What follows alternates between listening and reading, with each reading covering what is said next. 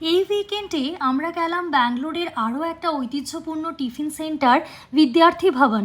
1943 সাল থেকে ওনারা এই authentic south Indian food serve করে আসছেন, যেটা পুরোটাই ট্র্যাডিশনাল ওয়েতে বানানো। আমরা নিয়েছিলাম ইডলি বড়া, ঘি মশালা ধোসা, ফিল্টার কফি, আর প্রায় 1.5 ঘন্টা লাইনে দাঁড়িয়ে কাউন্টারে টিকিট পেয়ে তবে আমরা জায়গা পেয়েছিলাম।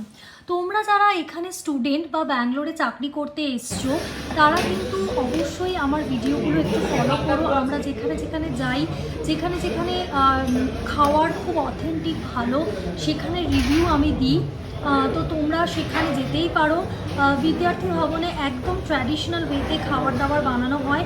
প্লিজ আমার ভিডিওগুলোকে সাবস্ক্রাইব করো, লাইক করো।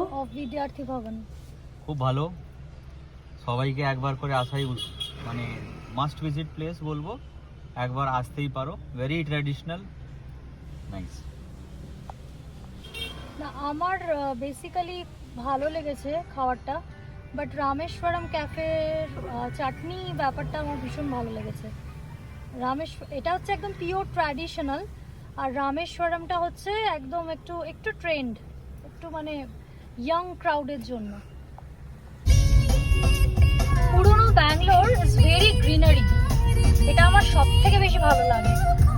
যে যত সিটির দিকে যাওয়া যায় দেখা যায় বেশি ফ্ল্যাট হয়ে গেছে, এই হয়ে গেছে, বাট ব্যাঙ্গালোরে যত সিটির দিকে যাওয়া যায় তত গাছপালা। না, সিটি বলতে ওল্ড, হ্যাঁ ওল্ড সিটি, যেটা নিউটা না।